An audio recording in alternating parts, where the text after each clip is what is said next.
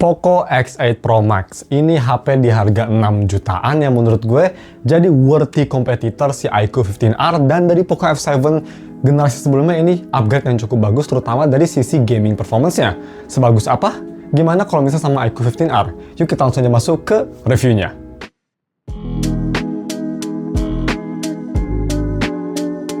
Halo guys, nama gue Stefan dari StefTech, dan di video kali ini kita langsung aja full review si Poco X8 Pro Max. Yang pertama seperti biasa kita bahas dulu untuk si harga dan speknya. Harga, gue beli ini varian yang paling mahal, gue beli di harga segini, 7 juta, tapi kalian bisa beli yang versi bawahnya di 12256, itu yang pastinya lebih murah. Seperti ini untuk harganya, tapi itu harga promo ya. Harga aslinya mungkin bakal ya sedikit lebih mahal. Seperti biasa kalau misalnya kalian mau beli HP ini atau ingin wallpaper si Sparksy, gue udah taruh semua linknya ada di deskripsi. Untuk spek sendiri kita cepet aja, dia pakai MediaTek Dimensity 9500S, itu kayak 8 Gen 5 ya untuk si Snapdragon equivalentnya. Layar AMOLED 6,8 inci besar, aluminium frame, Gorilla Glass 7i, USB Type-C 2.0, dan juga punya baterai yang ini gede banget, 8500 mAh baterai dan bisa fast charging sampai 100 watt. Jadi spek udah mantep banget ya, terutama dari si baterainya itu absolutely bedonkers. Gimana untuk desain dan display? Desain belakang sih ya, jujur kalau misalnya mau dibanding sama Poco F7, ini desainnya jauh lebih simpel dibanding sama Poco F7 generasi sebelumnya atau suksesor dari Poco F7 kan si X8 Pro Max ini. Desainnya lebih simpel, tapi sih oke. Warna bluenya gue suka, elegan, gak ada gambly look yang jujur gue lebih suka daripada terlalu banyak gamer look kayak di GT30 Pro, itu agak sedikit alay. Di sini sih lebih aman, gue suka. Jadi desain belakang oke. Cuma yang bikin kelemahan dari desain belakang ini gak terbuat dari kaca, dia terbuat dari kayak glass fiber, tapi ya itu pretty much fancy wordnya plastik ya.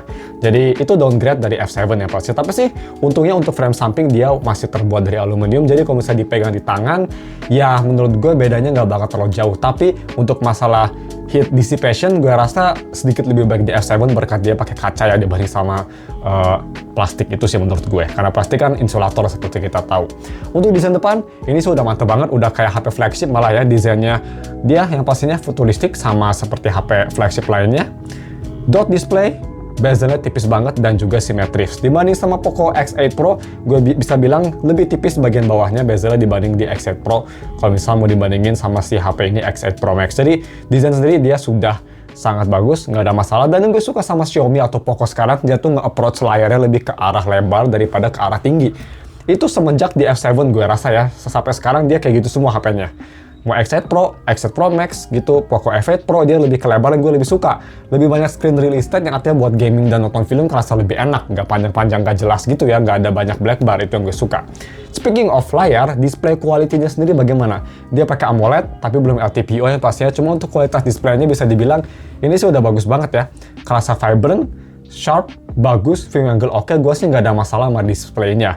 Cuma memang right off the bat dia bakal masuknya tuh si color profile-nya di yang Pro. Jadi kalau misalnya kita mau ke display nih ya, dia tuh kalau nggak salah original color Pro namanya, lupa lagi. Ya, dia tuh di original color Pro. Gue rekomen kalian di Vivid biar kerasa lebih vibrant, karena color Pro juga bagus ya. Nggak beda jauh, tapi gue lebih suka Vivid, lebih kerasa vibrant aja, dan ngikutin gue sama layar-layar Samsung kayak S23 era gitu loh. So that's pretty good.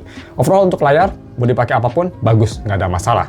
Untuk visibilitas di bawah sinar matahari, ini menurut gue layarnya bisa cukup terang, tapi memang nggak terang banget ya. Kalau misal kondisinya lagi cerah banget, bisa kita lihat gue itu di bumi luhur KBP, lagi cerah banget mataharinya, dan yes, memang gelap, tapi at least dia masih kelihatan. Udah cukup oke lah untuk HP di harga segini menurut gue. Sedangkan untuk haptic juga ini bagus ya. Hapticnya kalau misalnya mau dibanding sama 15R dan X8 Pro ya, gue bisa bilang paling bagus di sini. X8 Pro beda dikit tapi lebih bulat dan keras di sini.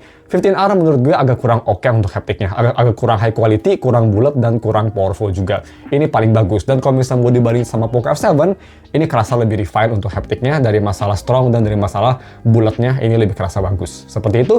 Dan untuk biometric, ini juga upgrade yang menurut gue sih sangat welcome banget.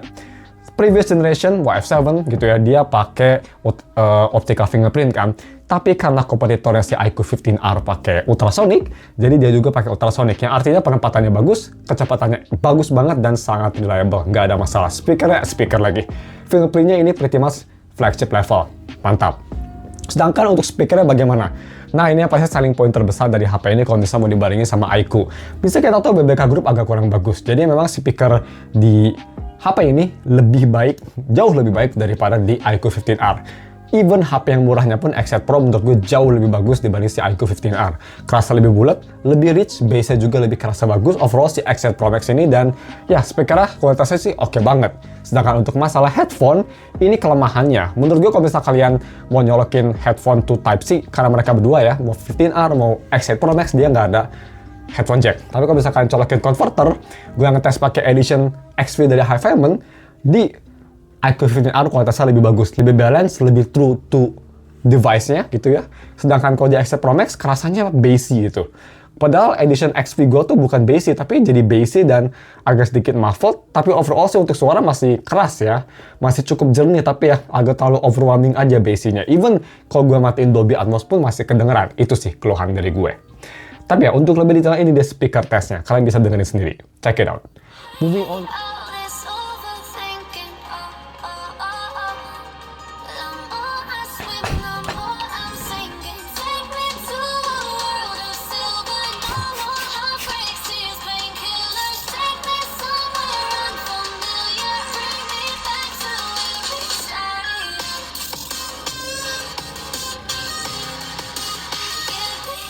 Check it out. Moving on ke kamera quality. Jadi untuk kamera quality bisa kita lihat sensornya agak sedikit berbeda dengan X8 Pro biasa.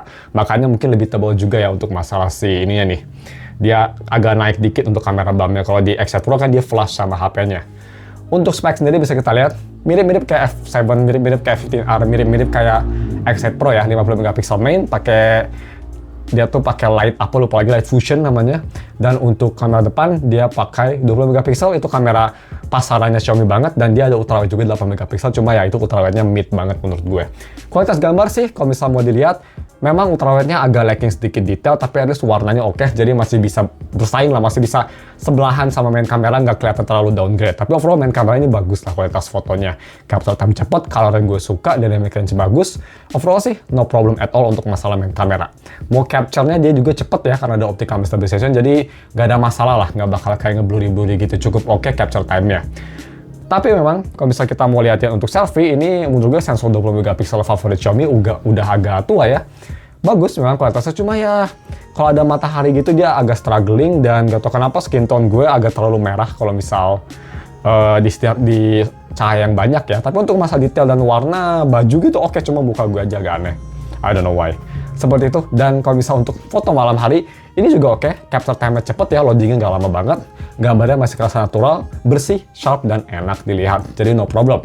Sedangkan untuk video recording, dia bisa nge-record sampai 4K 60, tapi only main kameranya. Karena kamera depan, dia hanya bisa 1080p 60 fps. Yes, di iQOO 15R lebih bagus. Dia bisa 4K 60 ya, kalau nggak salah kamera depannya. Jadi, kalau misal kalian for some reason gamer ingin vlogging juga gitu ya, pakai front kamera, iQOO 15R lebih baik. Tapi ya, untuk lebih detail ini dia video recording testnya dari resolusi 4K 60 dan 4K 30. Kalian bisa denger juga gimana suara mikrofonnya under wind condition. Check it out. Oke guys, ini video recording pakai resolusi 4K 60 fps di Poco X8 Pro Max. Sensornya harusnya lebih bagus ya, dan stabilisasi oke. Maksimum zoom dia nggak ada telefoto, jadi maksimal di 6 kali. Itu goal of, you can barely see it. Tapi ya nggak bisa ganti ke ultrawide, karena ultrawide hanya bisa di 1080p aja. Untuk jalan seperti ini juga di atas anginnya lumayan gede ya, jadi kalian bisa denger gimana wind noise reduction-nya. Kita coba ganti ke 4K 30. Nah, 4K 30 seperti ini. Harusnya better ya untuk masalah size, dan ya oke juga. Stabilisasi juga mirip-mirip. Zoom masih sama di 6 kali, yang pastinya tuh orang-orang bangunan udah remek-remek, tapi ya bisa komen di bawah. Moving on ke yang paling penting dari HP ini, yang pastinya alasan orang beli HP ini, gaming performance. Gue udah tes gaming test lebih detailnya, Wuthering Wave dan Harkness and Field kemarin. Kalian bisa cek sendiri di channel satu lagi, atau di video ini ada channel kedua gue. Dan nanti juga gue pas akhir April gue bakal tes main Everness to Everness ya, buat kalian yang penasaran. Tapi untuk di full review-nya kita summarin aja. Kalau misalnya kalian mau main game berat atau semi berat, atau game yang gak optimize misalnya kayak Wuthering Wave, atau game yang optimize banget kayak Harkness and Field, mereka masih bisa. Pertama, kalian bisa lihat di biro, tapi untuk Wuthering Wave gue bisa bilang sih 15R, iQOO 15R masih lebih baik untuk masalah sustain dan FPS. Di HP ini gak tau kenapa sama kayak adiknya X8 Pro, dia tuh walaupun bagus, cuma cepet banget panas, throttling di 44 Celsius, FPS turun ke 30-an, dan habis itu dia kalau nyentuh 46 Celsius itu bisa jatuh sampai belasan atau 20 FPS. Itu di max setting ya. yang agak menyayangkan. 15R nggak ada masalah di max setting, FPS-nya masih playable. Di sini sih menurut gue untuk Wuthering Waves masih bisa main, tapi mendingan main di high setting aja, dan gue rekomen pakai cooler karena HP-nya cepet banget panas. Cuma kayak sekitar 4-5 menitan dia langsung ke 40°C, jadi ya cepet throttlingnya. Memang wajar lah untuk HP plastik, cuma gue rasa MediaTek Dimensity masih kurang optimize untuk ke Wuthering Waves, dan gamenya juga masih belum nge-optimizein ke Dimensity 9500 karena kurang oke. Kenapa gue bilang kurang optimize? Karena kalau misalnya kita lihat mau main Arkness Enfield, ya kalian bisa juga di B-roll tuh, Arkness Enfield, it's just way better game. Untuk masalah optimization dan masalah cooling, di HP ini, max setting kalian nggak butuh cooler sama sekali. Maksimum temperatur 40°C yang sangat bagus untuk HP gaming ya, apalagi main di rata kanan, pakai white boost on, bagus banget. Dan dia juga kalau throttling, dia throttlingnya hanya turun FPS-nya ke 38-40-an. Itu aja. Itu kalau misal kalian main game yang berat banget ya, kalian misal kayak exploring battle, terus kalian bisa lawan boss battle-nya banyak efek, itu bakal turun ke segituan. Tapi kalau misal kalian cuma jalan-jalan gitu, dia bisa nge-retain 50-60 FPS dengan gampang kalau menurut gue. Jadi ya, Enfield a way better experience. Itu memang sangat aneh, tapi gue bisa bilang untuk Arkness Enfield gue rasa gaming performance-nya lebih bagus di sini daripada di iQOO 15R. Ya mungkin karena memang raw performance mungkin di sini lebih baik ya untuk Enfield daripada 15R, tapi untuk WUA lebih bagus di 15R. Jadi ya itu pilihan. Kalau misalkan suka main WUA, mending beli iQOO aja. Kalau misalkan lebih suka Enfield, optimisasinya lebih bagus di HP ini. Lebih konsisten dan lebih enak. Gak butuh cooler, dia juga nggak panas ya. 40°C. 15R dia sampai 46 kalau di WUA, Enfield. So ya, yeah, that's good. Sedangkan untuk rhythm game ini juga enak banget. Gue jarang bilang ke Xiaomi, tapi di Poco X8 Pro Max ini gak ada delay sama sekali, dan experience-nya hampir mirip kayak main di iPhone. Responsif, enak banget. 120 FPS-nya juga bener-bener konsisten, no problem. Enak lah pokoknya buat main rhythm game. Nice. Moving on ke UI experience. Tadi gue bilang enak-enak, sekarang gue bilang tai-tai, yaitu dari UI-nya. UI-nya memang HyperOS 3 udah lebih bagus ya, improve-nya banyak, lebih konsisten, animasinya, fiturnya juga banyak, gak banyak bug-bug, gak banyak nge-lag, inkonsistensinya makin dikit, tapi tetap gak bisa mencapai level feeling premiumnya One UI, ColorOS, atau Origin. Gak tau kenapa, kalau gue pakai HyperOS tuh, kerasa kayak, apa ya, susah dijelasin, kayak patah-patah ngambang OS-nya tuh gitu. Susah banget dijelasin gimana. Kayak nggak kerasa premium aja, nggak kerasa konsisten aja tetap menurut gue. Walaupun udah beta, tapi it's not there yet. Dibanding sama Origin OS, itu kerasa banget kayak refined premium gitu ya. Apalagi ColorOS dan Oxygen gitu, nggak usah dibicarain lah, mereka bagus banget. Tapi ini kayak, it's just lacking something gitu. Gimana menurut kalian? Kalau menurut gue sih, kenapa gue kurang suka HyperOS? Karena itu aja ya. Dan juga gue benci banget, nggak kayak di iQOO 15R, ini gue sering banget dapat iklan dari Get Apps ya. Bisa dimatiin memang ya dari si notifikasi, cuma ya untuk orang awam kan itu otomatis nyala, dan itu menyebalkan karena ya HP kayak iQOO gitu kan nggak ada ya. It's quite annoying sih menurut gue. Sama kadang ya gue kurang suka sama widget di kirinya gini sih. Kayak agak dog shit menurut gue, mendingan Google News biasa aja kalian ganti ya daripada kayak gini bawaannya. Itu aja sih. Tapi untuk masalah day-to-day experience, UI-nya memang karena dia pakai chipset flagship, ya kecepatannya juga kenceng. Launch aplikasi oke, bagus. Overall, technically ini feelingnya kayak flagship banget. Cuma HyperOS aja yang nggak kerasa kayak flagship, itu aja. Tapi untuk masalah speed, nggak ada masalah. HP-nya juga kalian mau dipakai apain, itu nggak bakal panas. Karena cooling systemnya lebih baik dari X8 Pro dan Poco F7. Jauh lebih baik menurut gue, so that's good.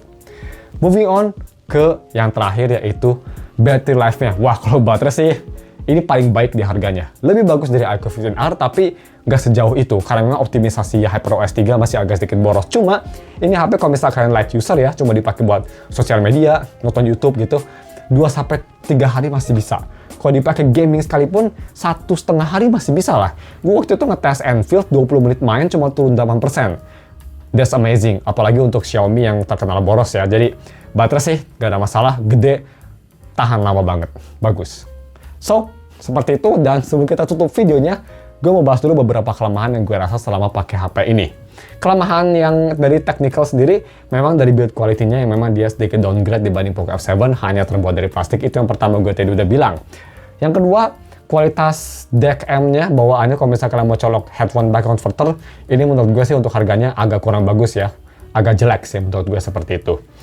Dan yang ketiga, optimisasinya. Mungkin karena Dimensity 9500S relatif baru, jadi game kayak WUA dia masih kurang bagus FPS-nya dibanding sama kompetitor. Tapi itu aja sih. Di harga segini, yang 6 jutaan, menurut gue konklusinya, ini bagus banget. Andai HP ini pakai OS lain selain HyperOS, menurut gue ini lebih baik dari iQOO 15R. Tapi ya, HyperOS sih gue nggak bisa nggak bisa menyukainya sampai sekarang karena ada IQ 15 yang lebih baik. Tapi ya, kalau bisa kita mau gak lihat dari spek ya, gak lihat dari OS, kalau misalnya kalian gak sama HyperOS, menurut gue sih ini lebih oke dari IQ 15R. Gue suka HP ini lebih besar, jadi lebih enak buat main. Speakernya juga lebih bagus, jadi kalau misalkan nonton konten lebih enak daripada di IQ 15R. 15R udah oke ya dibanding sama Neo 10, tapi tetap nggak sebagus di Xiaomi. Base-nya itu lacking banget di HP itu.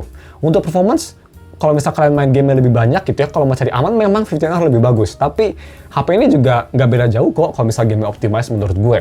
Dan ya, overall, ini HP oke banget di harga 6 jutaan dan bisa jadi alternatif yang bagus dibanding IQ 15R. Dan kalau misalnya kalian Mi fans, ya udah nggak ada choice lain ya. Ini paling bagus di harga 6 jutaan menurut gue dibanding IQ 15R kalau misalnya kalian suka banget sama HyperOS-nya. So ya, seperti itu sih. Bagaimana menurut kalian? Bisa komen di bawah kalau misalnya kalian udah punya HP ini.